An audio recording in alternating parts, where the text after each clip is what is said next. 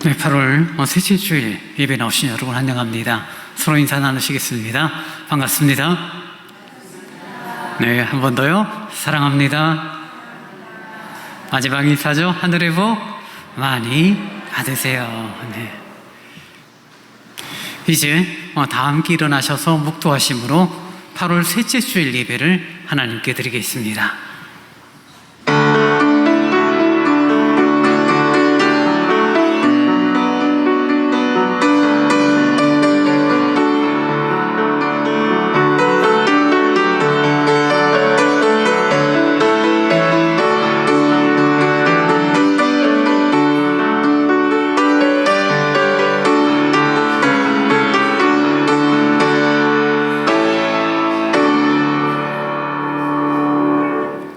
허물의 사함을 받고 자신의 죄가 가려진 자는 복이 있도다.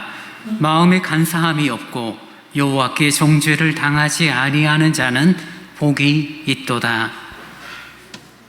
자비로우신 주님 감사합니다. 저희들을 복된 자로 세우시고 예배자로 세우시니 감사합니다. 8월의 셋째 주일 함께 모여 주의 이름을 높입니다. 영광 거두시고 예비된 은혜가 누려지는 복된 시간으로 인도하여 주옵소서. 예수님 이름으로 기원하옵나이다. 아멘. 찬송 29장을 찬양하시겠습니다.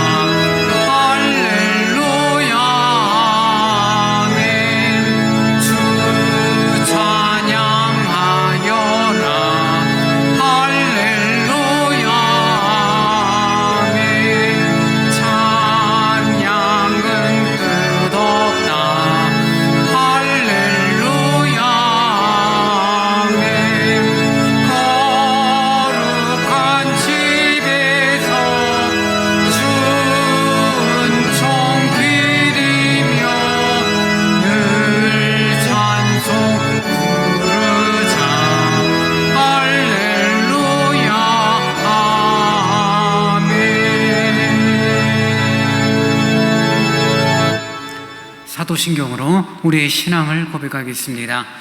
전능하사 천지를 만드신 하나님 아버지를 내가 믿사오며 그 외아들 우리 주 예수 그리스도를 믿사오니 이는 성령으로 잉태하사 동정녀 마리아에게 나시고 본디오 빌라도에게 고난을 받으사 십자가에 못 박혀 죽으시고 장사한 지 사흘 만에 죽은 자 가운데서 다시 살아나시며 하늘에 오르사 전능하신 하나님 우편에 계시다가 저리로서 산자와 죽은 자를 심판하러 오시리라. 성령을 믿사오며 거룩한 공회와 성도가 서로 교통하는 것과 죄를 사하여 주시는 것과 몸이 다시 사는 것과 영원히 사는 것을 믿사옵나이다. 아멘. 성시교도 33번 33번을 교독하시겠습니다. 하나님이여, 주의 판단력을 왕에게 주시고 주의 공의를 왕의 아들에게 주소서.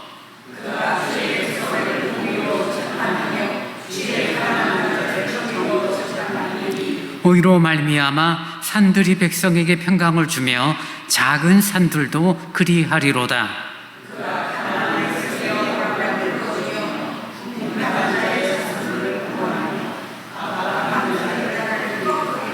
그들이 해가 있을 동안에는 주를 두려워하며 달이 있을 동안에도 대대로 그리하리로다.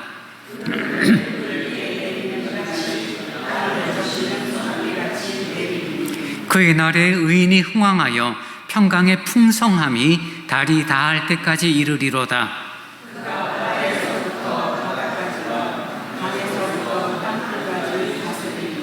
모든 왕이 그의 앞에 부복하며 모든 민족이 다 그를 섬기리로다. 아멘. 찬송가 276장을 함께 찬양하시겠습니다.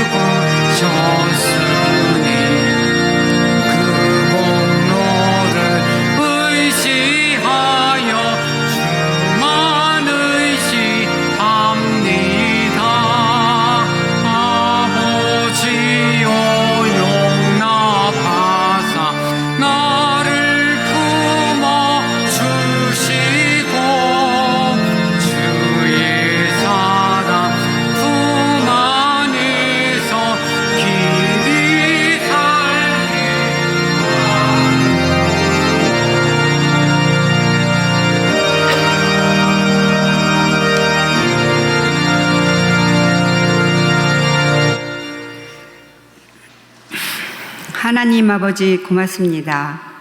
영광과 존귀와 찬양 받으시기에 합당하신 하나님 아버지, 지금도 살아계셔서 역사하시며 언제나 은혜와 사랑으로 함께 해주시며 8월의 무덥고 습한 날씨 가운데서도 지켜주심을 감사합니다. 한 주간 은혜 안에 거하지만 연약한 믿음과 육신으로 인해 염려와 죄된 생각과 행실로 세상 좋은 것들의 시간을 빼앗기고 욕심에 사로잡혀 살 때가 있었음을 깨닫고 고백합니다. 긍휼을 베풀어 주옵소서. 하나님 아버지, 18해 동안 병을 앓고 구부라져 펴지 못하는 한 여인이 예수님을 통해서 말씀을 듣고 회복한 것처럼 우리에게도 말씀과 예배를 통해 온전히 회복되는 은혜가 있게 하여 주시고 이 시간도 주님의 임재와 손길을 경험하게 하소서. 하나님께서는 우리를 돕기를 원하지만 우리는 때를 기다리지 못하고 좌절, 불평, 불만을 합니다. 시간이 길지라도 기다리며 기도에 힘쓰는 태도로 능력의 주님만 바라보는 저희들이 되게 하옵소서. 기술들을 우리들이 가졌다 하더라도 예수 그리스도의 은혜가 있어야 함을 알게 하여 주시기를 간절히 바랍니다. 하나님 아버지, 저희들을 택하셔서 하나님 나라를 위해 도구로 사용하시며 주님이 세우신 교회의 공동체를 위해 일하게 도우심을 감사드립니다. 교회의 머리가 되시는 주님이 서울대강교회를 붙드셔서 세운 목표들과 계획들을 잘 이루어 나가기에 부족함이 없도록 역사해 주옵소서. 주님, 공동체 안에서 건강의 문제, 질병의 문제로 간구하는 성도님들을 위해 치료의 은혜를 허락하시고 낙심 중에 있는 성도님들에게 희망과 위로를 물질 문제, 사업 문제, 직장, 가정의 여러 가지 간구하는 것을 원하는 것들로 해결할 은혜를 허락하여 주옵소서. 하나님 아버지, 이날의 이민족을 긍휼히 여겨주셔서 하나님의 은총 가운데 어려운 상황들을 막아주시고 지켜주옵소서. 새 정부가 출범하고 도전을 하고 있는 이때에 하나님의 통치가 이 땅에 임하도록 기도합니다. 대통령과 강요들, 국가 리더들에게 지혜와 정직을 주셔서 하나님을 경외하는 마음으로 나라를 잘 이끌게 하시고 사회 곳곳에 화합과 정의가 세워지게 하옵소서. 사랑의 주님, 이 시간 말씀을 전하실 목사님, 주님의 능력을 더하여 주시고 영육에 강건케 하시며 선포하시는 말씀에 성령 충만케 하여 주시옵소서. 듣는 우리에게는 생명의 양식이 되게 하시며 성령의 감사와 기쁨으로 주님 만나게 하옵소서.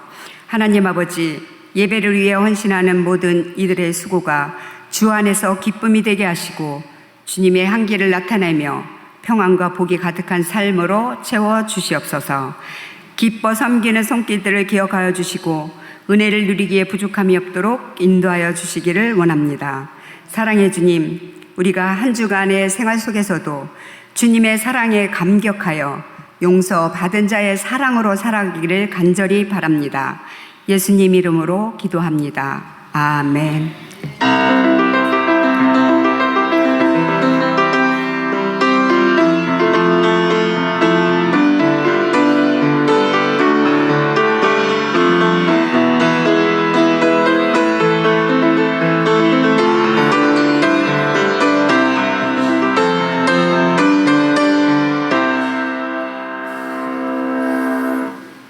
이 시간 우리에게 주신 하나님의 말씀은 누가복음 13장 10절로 17절의 말씀입니다. 누가복음 13장 10절로 17절의 말씀을 제가 봉독합니다. 예수께서 안식일에 한 회당에서 가르치실 때에 18해 동안이나 귀신 들려 앓으며 꼬부라져 조금도 펴지 못하는 한 여자가 있더라. 예수께서 보시고 불렀다 하시고 안수하시니 여자가 곧 펴고 하나님께 영광을 돌리는지라. 회당장이 예수께서 안식일에 병 고치는 것을 분내어 그동안에 와서 고침을 받을 것이요 안식일에는 하지 말 것이니라 하거늘 주께서 대답하여 이르시되 외식하는 자들아 너희가 각각 안식일에 자기의 소와 나귀를 외양간에서 풀어내어 이끌고 가서 물을 먹이지 아니하느냐. 그러면 18해 동안 직전합니다. 저희 서울대광교회 처음 오신 분, 또 방문하신 분 진심으로 사랑하고 환영합니다. 8월을 보내고 있죠. 무더위 가운데 여러분 모두 강건하시기 바랍니다. 특별히 우리 어르신들 강건하시기 바랍니다. 예배 전 기도회가 30분 전에 모이고 있고요. 수요일은 10시 반에 지하 서예배실에서 모이고 있습니다. 시간 되시는 분들 기도와 말씀의 자리에 함께해 주시기 바랍니다. 오늘 중식이 제공되고요. 오늘 중식은 특별히 바울 전도회가 음식을 비용을 부담을 하고요. 봉사부가 지금 잘 섬겼습니다. 어제부터 나와서 삶고 끓이고 정말 애쓰셨습니다. 맛있는 음식이 준비되어 있으니까 여러분 꼭 드시고 가시기 바랍니다. 점심 식사 후에 각 기관 원래로 모이겠습니다. 그리고 담당 구역까지 관리를 해주시기 바라고요. 요한 전도회는 1시 사무실에서 모입니다. 어젯밤에 장례가 나서요. 주부에 빠졌습니다. 우리 광명하 집사님의 어머니 어제 소천하셨고요. 내일 오전에 발인 예정입니다. 성남시 의료원 장례식장 9호에 빈소가 마련이 되어 있고요. 저희 교회는 오늘 모든 일정이 마친 후 저희와 갈 것입니다. 혹시 같이 가실 분 저한테 미리 말씀해 주시면 시간 또 차편 준비하도록 하겠습니다. 성경일 천독운동 205호까지 진행 중에 있습니다. 이제 준비하신 주일원금을 하나님께 드리겠습니다.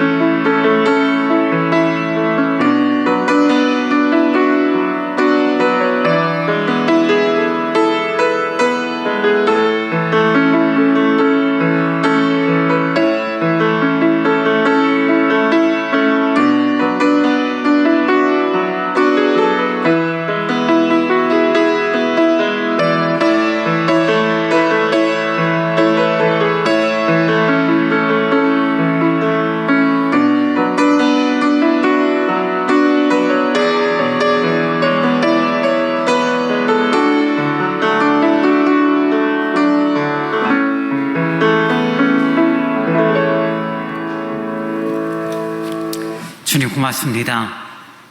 예배하며 하나님 앞에 헌금을 드릴 수 있는 은혜를 주시니 감사합니다.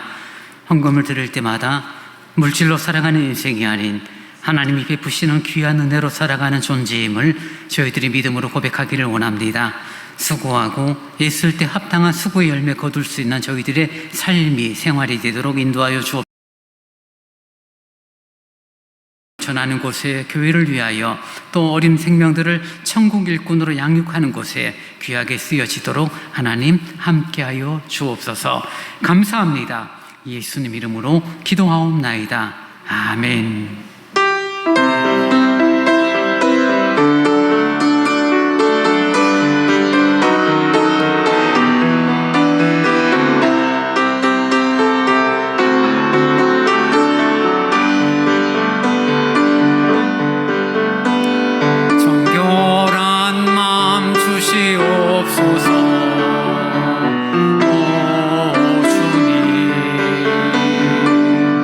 정직한 영을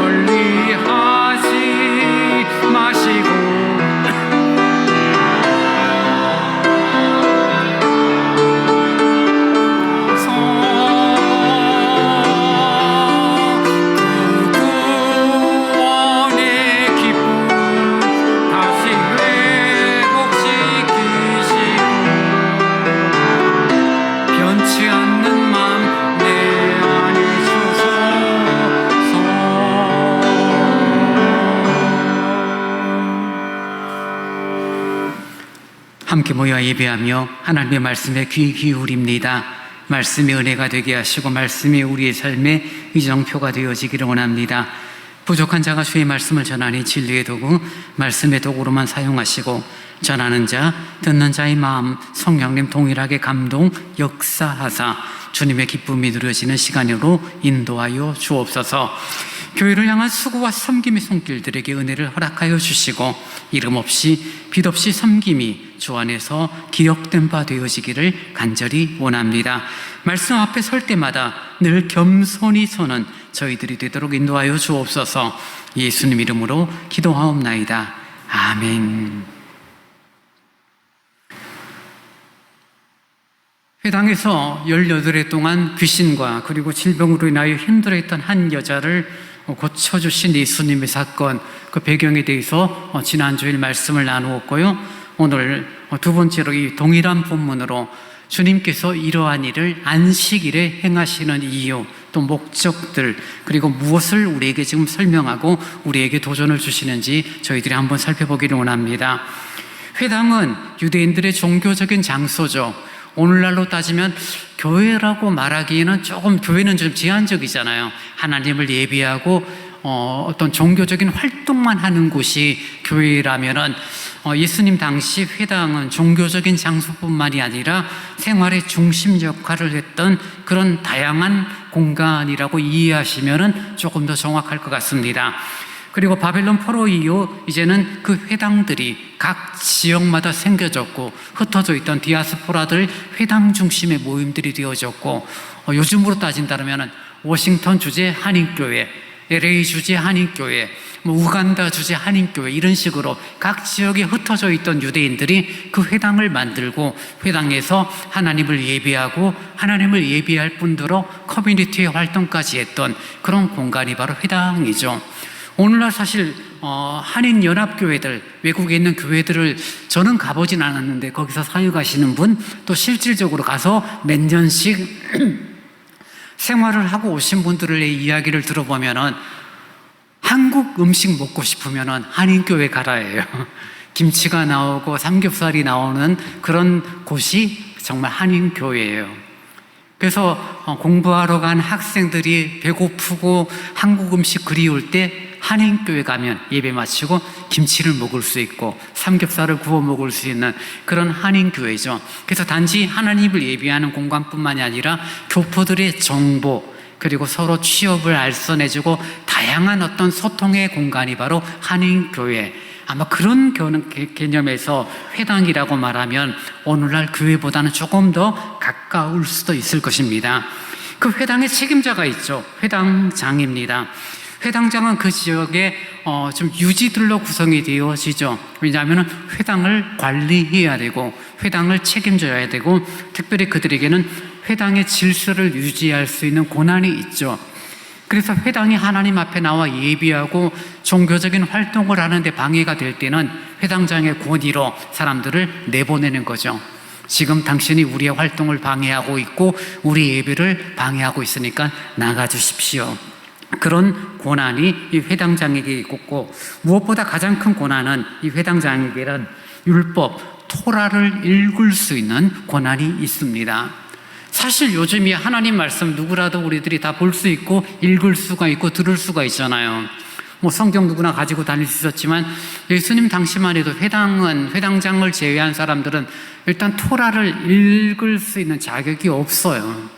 그 거룩한 하나님의 말씀을 읽을 수 있는 권한이 없는데 회당장에게는 그 권한이 부여되는 거죠. 그래서 안식일에 모여 하나님을 예배할 때 회당장이 앞에 딱 나와서 이런저런 이야기를 하고 토라 이제 가죽 두루마기를 종이로 파피루스 같은 걸 쭉 펼쳐서 하나님의 말씀을 읽습니다. 바라브레시트 바 엘로힘 이런 히브리어로 쭉 읽어 나가겠죠. 그러면은 사람들이 그 말씀을 들으면서 하나님께서 우리 선조들에게 우리들에게 이런 약속, 이런 말씀, 이런 은혜를 주셨구나라는 사실을 확인하고 은혜를 받고 예배가 진행되는 그때 중요한 역할, 바로 회당장이 토라를 읽는 일들을 감당했죠. 그러니 회당장이 된다라면 단지 지역 유지뿐만이 아니라 영적으로도 종교적인 그런 지도자의 역할을 감당했던 사람이고 하나님의 말씀을 읽음을 통하여서 사람들에게 널리 이익을 줬던 존재가 바로 회당장입니다. 근데 오늘 회당장과 예수님이 부딪혀요. 멱살 잡고 싸웠다는 이야기가 아니라 의견의 다름으로 인한 갈등이 있는 것을 보게 됩니다. 이유는 하나죠. 18해 동안 지난 귀신 들여 앓으며 구부러져 있던 한 여인을 고쳐주신 예수님의 그 고쳐주신 시간 때문이죠. 회당에 사람들이 모였습니다. 모인 이유는 오늘이 안식일이기 때문이죠. 유대인들에게 안식일은 금요일 밤부터 토요일 밤까지예요. 금요일 밤은 다 자는 시간이니까 별 의미가 없고 토요일 낮 시간이 의미가 있고 중요한 시간인데 거기에 모여서 회당에 모여 예배하고 다양한 교제와 활동들이 있는데 그때 거기서 예수께서 이 병든 여인, 귀신 들린 여인을 고쳐주신 것입니다. 사람들은 기뻤죠. 야, 저 여인 자그마치 18해 동안이나 귀신이 들렸고 몸이 꼬부라져서 정상적인 생활을 하지 못했는데 그 여인을 주님께서 그 여인의 믿음을 보시고 그 여인을 고쳐주신 사건은 정말 드라마틱했고 사람들은 기뻐하고 하나님께 영광 돌리는 아름다운 일이 분명했습니다. 그런데 회당장은 마음이 편치가 않아요. 왜 하필이면은 다른 날이 많고 많은데 안식일에 하나님을 예배하고 온전히 해야 할 일, 하지 못할 일, 또 우리가 움직인다면 움직일 수 있는 거리, 우리가 옷을 입는다라면 어디까지 옷을 몇 벌을 입어야 되고 돈을 가지고 다닌다라면 얼마까지만 가지고 다녀야지 안식일을 지키는 것이다라는 그런 세부 규정까지 지키고 있었던 당시의 어떤 정서로는 예수께서 병든 자를 고치시는 모습에 대하여 매우 못마땅하게 여겼고 회당장은 자신이 관리하고 있고 자신이 책임지고 있는 그 영역 안에서 이러한 일이 있는 것에 대하여 더더욱 불쾌감을 감출 수가 없었기 때문에 분노하는 이 회당장의 모습을 봅니다. 그리고 예수님에게 따지고 예수님에게 말합니다. 왜 여기서 하필이면 오늘 이 안식일 하나님 앞에서 거룩하고 참된 쉼이 있는 이 시간에 이 여인을 고쳐주는 율법을 어기는 행동을 왜 예수님 하십니까? 라는 분노, 그런 마음의 상함을 가지고 예수님께 말을 하는 거죠. 회당장이 그렇게 화를 내고 분노하는 이유는 근거는 율법이죠. 안식일을 거룩하게 지키라는 10계명의 말씀입니다. 출애굽기 20장, 신명기 5장에 성경에 2번에 걸쳐서 기록이 되어 있고 지난주 말씀드린 것처럼 하나님께서 신명기 5장을 통하여 출애굽 20장의 그 내용을 조금 더 확대하고 재해석을 하면서 모세는 말하죠. 그 안식일에 쉰다는 것의 의미는 우리가 주일 엿새 동안 열심히 일하고 그리고 토요일날 하루 쉬는 것에 멈추는 것이 아니라 너만 쉬는 것이 아니라 너의 가축들, 너의 종들 생활하는 모든 것들이 쉼을 통하여서 다시금 6일 동안 열심히 일할 수 있는 근거를 만들고 참된 쉼과 자유를 통하여 하루의 생활을 하나님 앞에 감사로 보내도록 그 목적과 그 이유를 조금 더 구체적으로 신명기 5장에서 설명을 하는 거죠. 그러니 우리만 쉬는 게 아니에요. 종들도 노예들도 쉬어야 하고 그리고 성경에 예를 든다면 가축들조차 쉬어야 하는 그 날이 바로 안식일, 확대된 안식일의 그런 개념이 되어지죠. 근데 사람들은 그런 생각을 하지 않죠. 나는 쉬어요. 여러분 지금이야 그런 게 없겠지만 예전에 미국 같은 경우 보면 서부 영화라든지 드라마를 보면 흑인들을 노예로 부리잖아요. 특히 남부 지역에서는 사람들이 어떤 노력을 통하여서 일하는 일들이 많죠. 목화밭이라든지 그런 농사들은 정말 흑인들을 통해서 일을 하죠. 주일이 되었습니다. 백인 주인들이 옷을 정장을 딱 입고 여자들은 드레스를 입고 모자를 쓰고 마차에 타고 열심히 교회를 가죠. 교회 가서 하나님을 예배합니다. 근데 그 시간에 흑인들은, 종들은 뭐 하고 있죠? 아프리카 사람들은 열심히 땀을 흘리고 일을 시키는 거죠. 그리고 하나님을 예배하며 하나님께서 우리에게 이런 부를 허락하시고 이런 은혜를 베풀어 주심에 대한 찬양과 감사의 모습을 드라마나 영화에서 볼 때 느껴지는 정서가 무엇입니까? 하나님을 예배하는 시간 맞지. 근데 지들만 성경대로 말하면 그 종들도, 그 노예들도 쉬어야 하고 하나님을 예배할 수 있도록 기회를 주어야 할 텐데 일은 여전히 시키는 거죠. 오늘날도 좀 이름하여 좀 악덕 기업주라고 말하면 좀 그렇지만요, 어쨌든 예수 믿는 장로님 운영하는 회사들의 상당수가 사실 좀 안타까워요. 자신의 어떤 근로하는 사람들을 돕고 섬기는 사람들도 있지만 그들을 부리고 그들을 이용하는 사람들도 적지 않죠. 그러면서 하나님 앞에 나와 예배하고 많은 물질을 헌금을 드리면서 자신의 명예와 자신의 어떤 이미지는 쌓아갈지는 모르지만 회사 사람들은, 종업원들은 다 회장 욕하죠. 그 사람이 정말 훌륭한 신앙인인가 아닌가는 교회에서의 모습을 가지고 판단하는 것은 어리석은 것입니다. 그 사람이 몸담고 있는 사회생활에서 그 사람이 사장이라면 직원들이 우리 사장님 어떤 분? 정말 나쁜 놈이에요. 그럼 정말 나쁜 놈이 맞는 거예요. 근데 직원들이 우리 사장님 정말 좋은 분이에요. 정말 예수 믿는 분 맞는 것 같아요. 정말 주님의 마음으로 우리를 돕고 그리고 부를 이렇게 나누고 있고 우리들에게 이런 일자리를 준 것 얼마나 고마운지 몰라요 라고 말한다면 그 사장님은 훌륭한 사장님이 맞죠. 회당장의 마음은 어떤 마음입니까?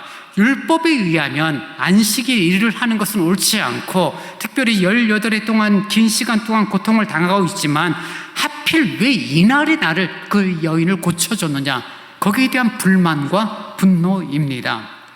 다른 날도 많고 14절에 말하는 것처럼 회당장이 예수께서 안식일에 병 고치시는 것을 분내어 무리에게 이르되 일할 날이 엿새가 있으니 6일 동안 고치면 되는데 굳이 내가 책임지고 있는 이 회당에서 안식일의 병을 고침을 통하여서 안식일을 거룩하게 쉬어라라는 하나님의 말씀을 어겼다라고 생각하고 분노를 하는 그런 회당장의 모습입니다. 그리고 회당장뿐 아니라 회당장의 이야기를 들었던 일부 사람들도 고개를 끄덕였죠. 맞아, 안식일은 거룩해야 돼. 안식일은 바르게 쉬어야 돼. 오죽했었으면 이런저런 규칙들을 통하여서 옷도 우리가 걸어가야 하는 걸음수도 돈도 딱 정해진 그 이상은 하면 되지 않는 건데, 아니 예수라는 사람이 아무리 훌륭해도 그렇지 이 안식일에 병을 고쳐 그 부분에 대하여 같이 분노하는 그런 상황 가운데 예수께서 말씀합니다. 15절 말씀을 보시기 바랍니다. 주께서 대답하여 이르시되 외식하는 자들아, 너희가 각각 안식일에 자기의 소나 나귀를 외양간에서 풀어내어 이끌고 가서 물을 먹이지 아니하느냐? 그러면 18해 동안 사탄에게 매임받은 이 아브라함의 딸을 안식일에 이 매임에서 푸는 것이 합당하지 아니하냐? 오히려 주님은 반문합니다. 그리고 그 사람들을 가리켜서 외식하는 자들이라고 말하죠. 외식은 위선이죠. 밖에 나가서 밥 먹는 외식이 아니라 위선하는 자들입니다. 그리고 들이라는 복수형을 사용하고 있는 것을 봐서 회당장뿐만이 아니라 회당장의 의견에 고개를 끄덕이고 맞아, 다른 날도 많은데 하필 왜 오늘이야? 라고 생각했던 사람들을 향하여서 주님은 외식하는 자들, 위선자들이라고 말을 하는 거죠. 오늘날에 제가 여러 번 보고 집사님, 권사님은 위선자예요 말하면 여러분 기분 좋으시겠어요? 속으로는 뜨끔하죠. 맞아, 나도 위선적인 태도가 있고 이중적인 태도가 있으니까. 그런데 치만 그 말을 직접적으로 들으면 어떻게 돼요? 마음 상하잖아요. 아니 무슨 말을 해도 그렇게 하십니까? 라고 따질지도 몰라요.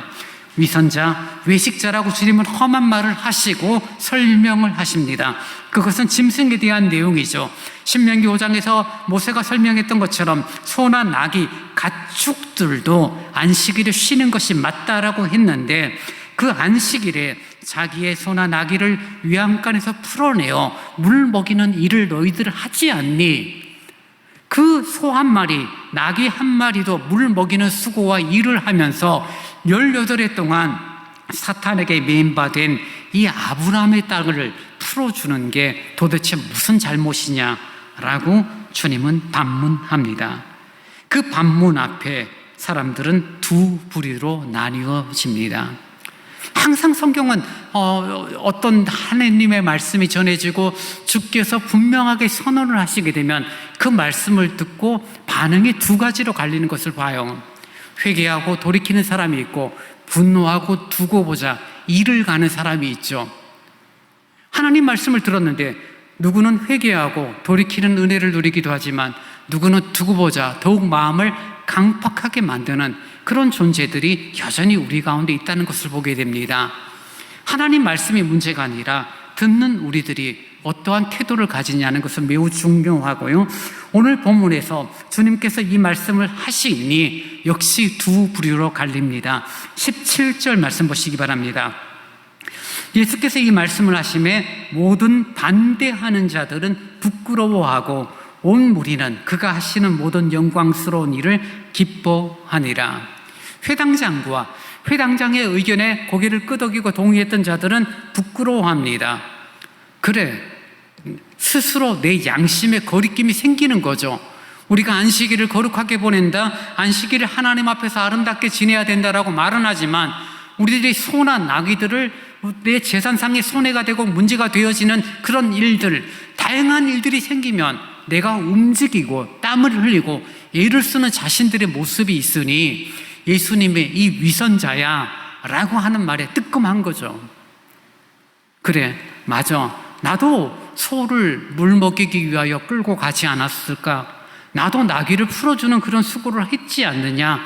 안식일에 그런 일을 하지 않는 것이 맞지만 필요에 의해서 목말라하는 내 재산을 지키기 위하여 내 삶을 더 유익하게 만들기 위하여 얼마든지 그렇게 했던 자신들의 모습들이 말과 행동이 다른 위선의 모습이었다는 것을 예수님의 말씀 가운데 깨달았으니 이들은 부끄러워합니다. 그리고 나머지 다른 무리들은 주님께서 하시는 모든 영광스러운 일을 기뻐하죠. 18해 동안이나 그런 장애와 불편함을 가진 사람이 해방되고 그들이 자유를 얻는 모습들을 보게 될 때 정말 기뻐하는 것은 당연하겠죠. 우리 주위에 아픈 사람이 있는데 그분이 쾌유했다는 판정을 받게 되면 우리는 다 같이 기뻐하잖아요. 정말 잘 됐다고. 걱정했는데 정말 잘 됐다고. 고민하면서 병원을 갔는데 진단 결과가 나왔는데 암 아니래. 이 말을 들으면 내일처럼 기뻐하잖아요. 우리는요. 야, 정말 잘 됐다. 근데 지금 회당장의 의견에 동의하는 사람들은 그 18해 동안 귀신에게 붙잡힌 바 되고 뇌성마비 환자처럼 장애를 가진 사람처럼 힘들게 살아가는 한 여인이 회복되고 해방되고 자유함을 가진 것은 보지 않아요. 오히려 정죄하고 비판하는 이유가 무엇입니까? 그들이 가지고 있는 기준, 그들이 가지고 있는 잣대로 평가하고 그들의 마음으로 예수의 모습과 병 고침 받은 여인들을 비판하고 있기 때문이죠. 얼마나 힘들었을까? 근데 고쳐졌네. 야, 정말 잘 됐다. 이 마음은 없는 거예요. 저러면 안 되는데.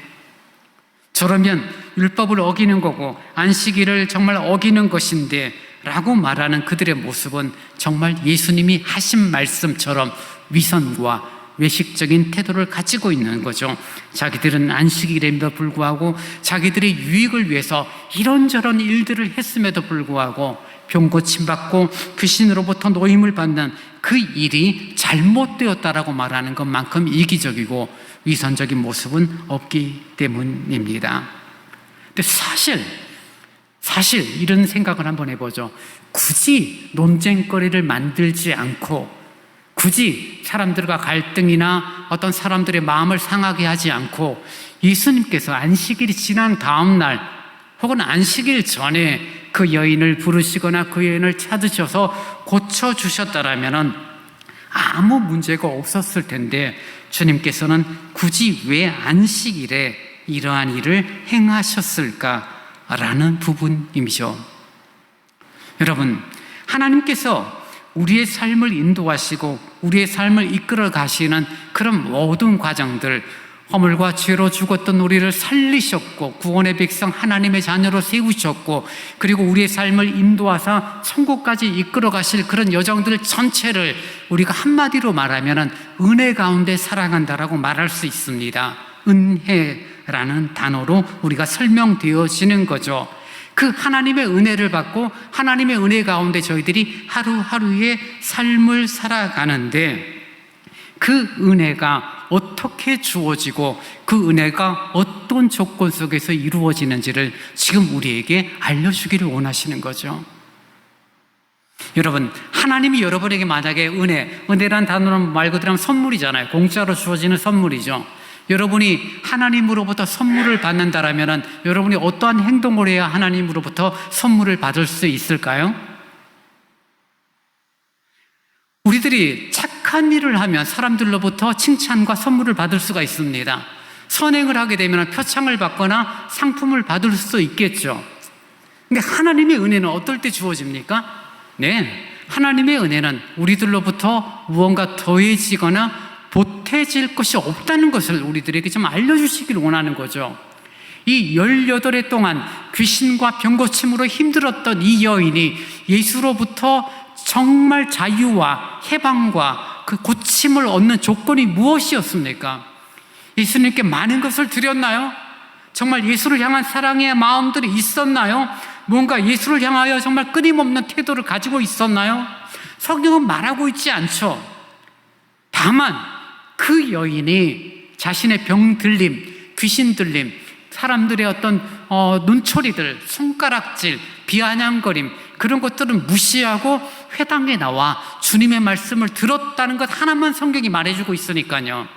그리고 그 모습을 주님께서는 믿음을 가진 여인으로 인정하고 있는 것을 보게 될 때 이 여인에게 필요한 것은 선물, 은혜를 받기 위해 필요했던 것은 아무것도 없죠.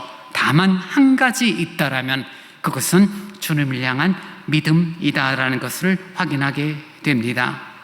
여러분, 믿음이 중요한 이유가 무엇입니까? 믿음을 통하여 은혜를 누리고 우리는 믿음을 통하여 은혜를 누릴 뿐 아니라 그 은혜를 통하여 다시금 더 아름다운 정말 견고한 믿음 위에 설 수 있는 선순환이 되어지기 때문이에요. 언젠가 우리들이 믿음을 통하여 은혜를 받았고 그 은혜 속에서 살아갑니다. 믿음의 선택들, 믿음의 삶, 믿음으로 결정하고 믿음으로 판단하고 믿음의 말들을 할 때 은혜는 더 많이 누려지죠. 그런데 어떤 이유로 마음이 상해져 버리고 어떤 이유로 섭섭함이 들어지고 어떤 이유로 자존심이 꺾였다라고 생각하는 순간부터 은혜는 점점점 멀어지죠. 그러면서 은혜가 멀어지는 것으로만 끝나는 것이 아니라 믿음도 흔들리는 우리들의 모습이 있는 것을 보게 됩니다. 놀라운 하나님의 은혜라는 책에 대한 내용을 계속 좀 설명하고 있는데요. 필립 얀시는 이렇게 말해요.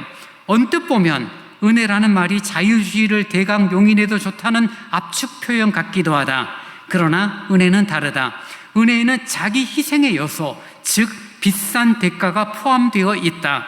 우리는 자신의 분노와 정욕은 그냥 넘어가면서 남의 살인과 남의 간음을 욕하는 데는 얼마나 빠른가. 우리 그리고 저들을 이렇게 구분하게 될 때 은혜는 죽기 시작한다라고 필립 얀시는 말하고 있습니다. 무슨 말이냐면요, 우리가 믿음과 은혜를 말하면서도 세상 속에서, 교회 안에서, 내가 살아가는 삶의 영역에서 네 편, 내 편 가르기 시작하는 그 순간부터는 이미 은혜는 더 이상 우리에게 의미가 없어져 버려요. 은혜가 죽었다라고 말하면 좀 과한 표현이고요. 은혜를 누리는 시간, 은혜를 누리는 느낌이 없어지기 시작합니다. 그리고 저도 여러분들 은혜가 누려지지 않고 은혜를 느끼지 못하면 우리들의 마음은 단단해져요. 강팍해져요. 굉장히 여러분 좀 심각한 표정을 짓고 계신데요. 은혜가 없어서 그래요. 은혜를 누리게 되면 여러분의 얼굴에 미소가 넘칠 줄 믿습니다. 아멘. 우리 양 목사님 얼굴에 미소가 가득하세요. 이건 농담이 아니고요, 정말이에요. 우리들이 주님의 은혜를 누려야 될 때 정말 얼굴이 달라지고 말이 달라지고 행동이 달라진데 네 편 내 편 가르기 시작할 때 은혜는 존재하지 않죠. 회당장과 회당장의 의견에 동의하는 사람들에게 은혜가 없는 이유가 무엇입니까? 안식일에 안식일을 지키지 않는 예수님과 18해 동안 병고침을 받은 그 여인을 내 편이 아니라 적으로 여기고 있기 때문이죠.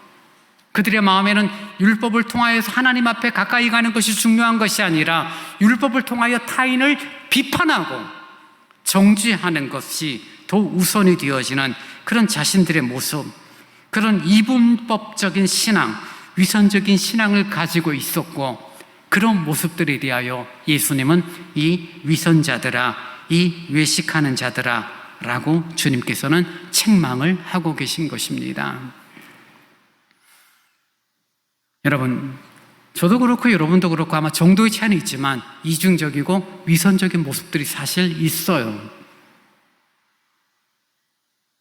잘하지 못하면서 잘하는 것처럼 보이기를 원하고, 그리고 내가 하는 것에 대해서는 중요하게 여기고 남의 것들은 무시하는 태도들을 가지고 있기도 합니다. 대한민국에 신문들이 굉장히 많아요. 요즘 거의 신문들을 잘 안 보시지만 대학 교수들로 구성된 사람들이 만든 신문, 교수신문이라는 게 있어요. 그 이야기를 제가 왜 하냐면, 이 교수신문이 매년 12월 되면은 그 한 해를 대표하는 사자성어를 발표합니다. 올 한 해를 볼 때 이 사자성어스러웠다라는 식으로 발표를 하는 거죠.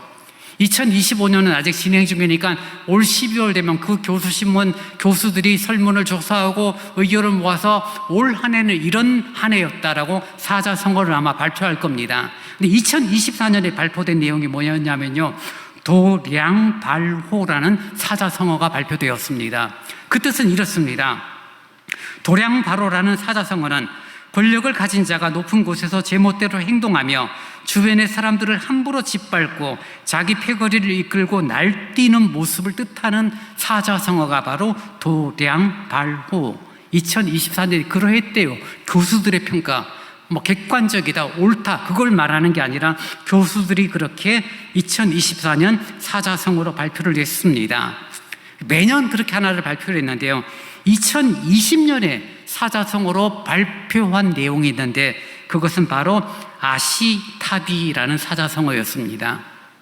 아시타비, 한자어니까요, 그 말은 무슨 말이니까 나는 옳고, 아시타비, 남은 틀렸다, 남은 그르다 라는 아시타비라는 그런 단어를 2020년도에 발표를 했습니다. 나는 옳고 남은 그르다라는 뜻인데, 그게 요즘 쓰는 말로, 요즘 정말 많이 사용되는 말로 내로남불이라는 단어와 같은 뜻이죠. 내가 하면 로맨스고 네가 하면 불륜이야. 내가 하는 것은 정당화되고 내가 하는 일은 옳고 네가 하는 일은 글러, 이런 표현들을 했던 2020년도의 사건들 속에서 그 한 해의 사자성어를 아시타비라고 말하고 있었죠. 나는 괜찮고 다른 사람은 틀렸다라고 말하는 그런 좀 일방적이고 객관성이 결여된 태도들을, 그런 한국 사회의 한 부분을 교수신문이 매년 사자성어를 발표를 합니다. 어쩌면 오늘 본문이 나온 회당장, 거기 회당장의 의견에 동의했던 많은 사람들의 태도들을 아마 그런 태도였으리라고 봅니다.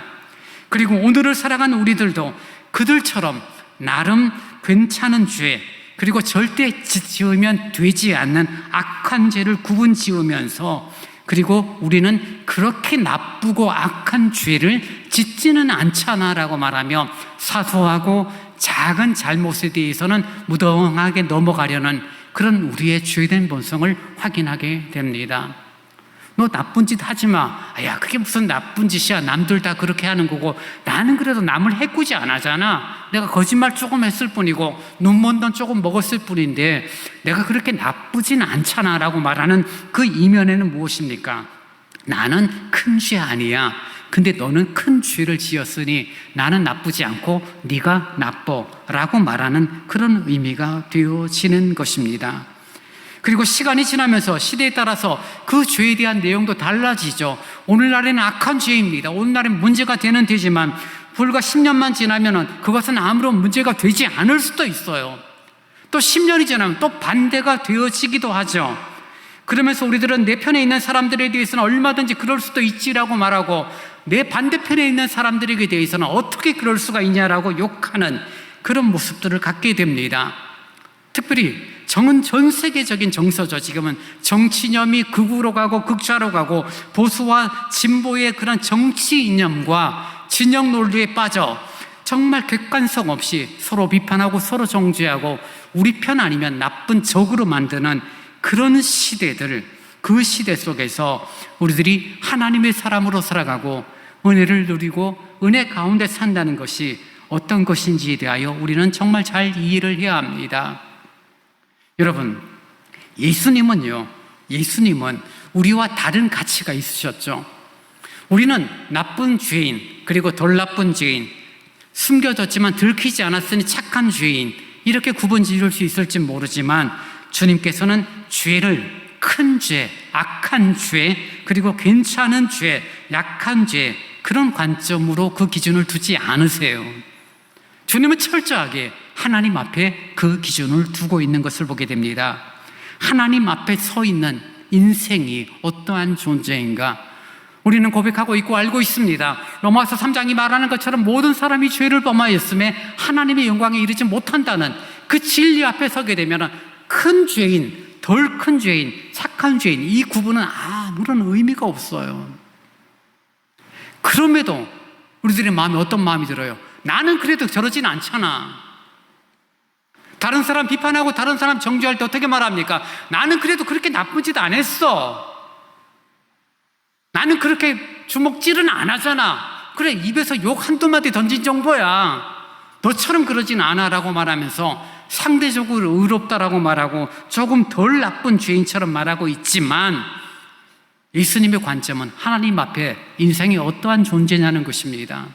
모든 사람이 죄인, 하나님 앞에 죄인이 아닌 사람이 없다는 것. 그래서 은혜라는 단어가 필요한 이유가 뭐냐면은 모든 사람이 죄인이니 하나님의 은혜 없이는 우리는 안 되는 존재라는 거예요.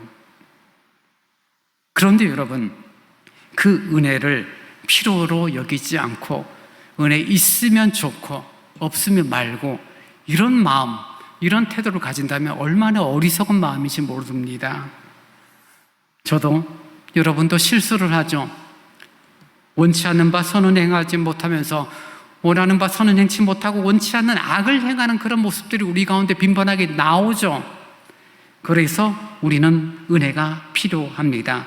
은혜가 필요하다는 것 자체, 그 전제가 되어지는 것이 무엇입니까? 우리 모두가 죄인이고 누구라도 실수를 할 수 있는 연약한 존재라는 것을 인정하는 거죠.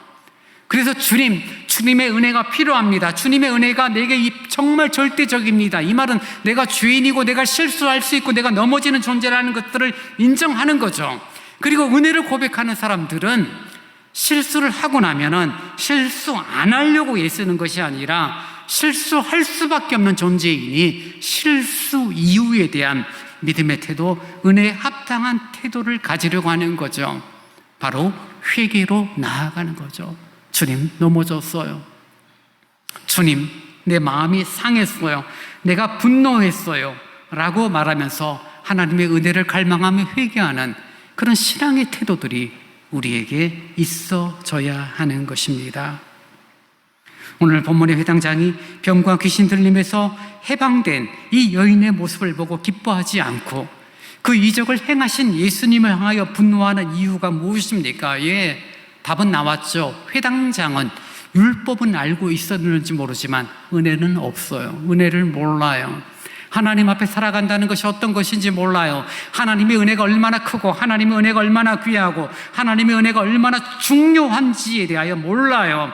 은혜를 모르니 자신의 경험으로 이해하고 자신의 잣대로 평가하니 용납이 되지 않고 분노하는 회당장의 모습입니다. 은혜를 누리게 되고 은혜를 갖게 되면, 은혜의 삶이 이어지면 우리는 유연한 가치, 우리의 시선을 유연하게 만들고 이해와 관용, 그리고 용납으로 이어지는 생활이 되어집니다. 까칠한 사람도요, 은혜를 받으면 조금 무덤덤해져요. 제 자랑 같지만요, 정말 제가 까칠한 사람이거든요. 근데 한 10년 만에 만나고 저보고 그래요. 정 목사님 굉장히 부드러워졌어요. 그래서 은혜야. 제 인격이 좋아져서요? 너 인격 좋아져봤자 얼마 좋아지겠습니까? 주님의 은혜고 삶이 조금 더 유연해지고 그럴 수 있지. 지난주 말씀드린 것처럼 우리나라에서 제일 높은 건물이 잠실에 있는 123층짜리 550m 롯데 월드타워라고 말씀드렸죠. 550m 엄청 높아요. 그 옆에 3층짜리 11m 빌라는 눈에 보이지도 않을지도 몰라 작죠. 그래서 3층짜리 빌라는 눈앞이 요만큼밖에 안 보이는데 550은 엄청나죠. 정말 목이 이만큼 꺾여져요. 땅에서 볼 때는 그 차이는 정말 엄청 크죠. 근데 하늘에서 보게 되면 어떡합니까? 550m짜리 롯데월드 타워나 3m짜리 3층짜리 빌라나 아무런 차이가 없어요. 우리 인생이 이 땅의 가치로, 이 땅의 눈으로, 이 땅의 시각으로 보게 될 때는 훌륭한 사람, 훌륭한 교인, 훌륭하지 못한 교인이라고 평가하고 편가르기가 될 수 있을런지 모르지만 기억하십시다. 하나님의 시선으로 못난 사람 이런 가치는 없어요. 하나님의 사랑을 받은 자, 하나님의 사랑을 함께 받은 자, 하나님의 사랑을 내가 이만큼 받은 만큼 너에게도 하나님 사랑이 동일하게 이만큼 누려지는 것들을 보는 사람, 은혜를 가진 사람들이 보는 시각입니다. 그리고 그 은혜 속에서 살아가는 사람은 우리가 더 큰 하나님의 사랑을 받기 위하여 무언가 더 노력하고 무언가 더 애써야 될 것이 아무것도 없고 내 모습 이대로 주봐도 없어서 믿음으로 나아가는 것 하나뿐이라는 것들을 우리는 기억하게 됩니다. 사랑하는 우리 서울대광교회 성도 여러분, 저도 여러분도 은혜를 받은 사람으로서 받은 은혜를 실천하는 공동체를 세울 책임이 우리들에게 있습니다. 율법은 사람을 살리지 않아요. 율법은 정죄하고 비판하고 예리하게 분석할지는 모르지만, 그러나 주님의 은혜는 사람을 살리고 회복시키고 자유를 줍니다. 우리의 신앙생활이, 우리의 믿음 생활이 회당장의 율법화되는 것이 아니라 우리 주 예수의 은혜화 되어지기를 원합니다. 주님의 은혜로 모든 것들을 바라보고 주님의 은혜로 모든 것들을 이해하고 주님의 은혜로 우리들이 투영해서 볼 수 있다라면 우리의 삶은 더 아름다워질 것이고, 오늘 장로님 말씀하신 것처럼 사랑할 줄을 몰라서 사랑 못하는 그 수준을 넘어서는 거죠. 사랑의 마음이 여기까지 가득 차는데 표현할 줄 모르는 거예요. 나눌 줄을 모르는 거예요. 어떡할까 고민하다가 그냥 지나가 버리는, 은혜가 누려지면 표현이 되어지고 나누어지고, 그래서 누구보다도 아름다운, 어느 교회 다 훌륭한 교회겠지만 저와 여러분이 섬기는 이 서울대광교회가 하나님 기뻐하시는 아름다운 믿음의 교회, 은혜가 가득한 교회, 사랑이 넘치는 교회로 세워지는 일에 함께 애쓰고 선한 영향력을 끼치는 그 은혜가 있기를 간절히 원합니다. 이제 다 함께 일어나 찬송 278장을 찬양하시겠습니다.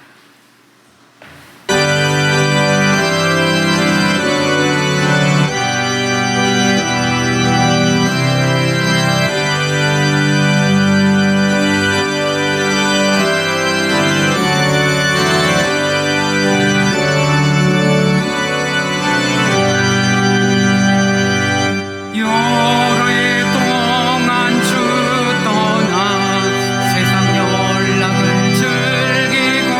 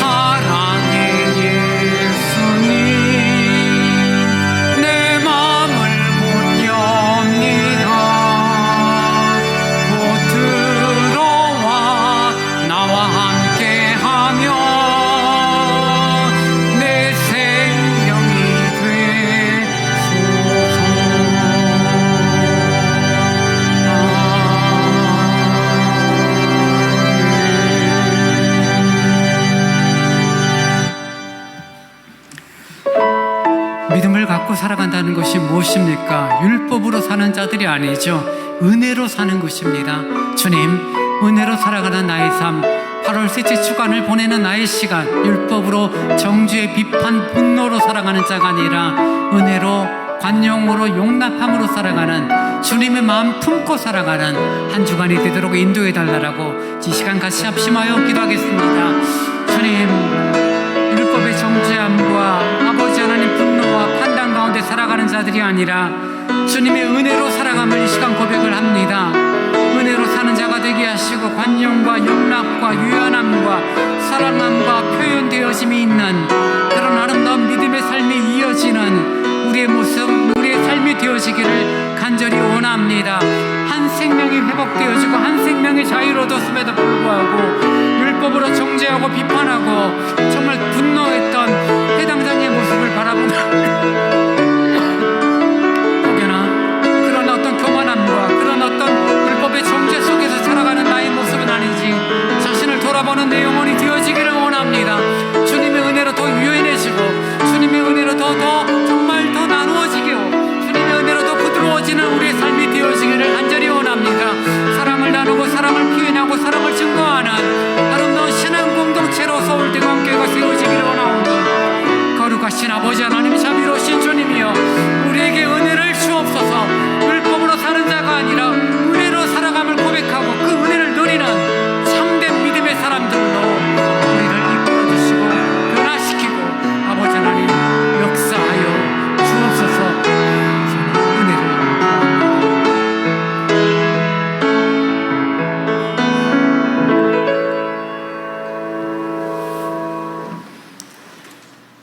지금은 우리 주 예수 그리스도의 은혜와 우리 아버지 하나님의 무한하신 사랑하심과 성령님이 함께 하시며 위로하시며 서로 교제케 하심이 율법을 따라 종교 생활을 하는 자가 아니라 은혜를 따라 믿음 생활을 아름답게 살기를 원하는 오늘 예배 참여한 모든 성도들을 위해 이제로부터 영원토록 함께 있을지어다. 아멘.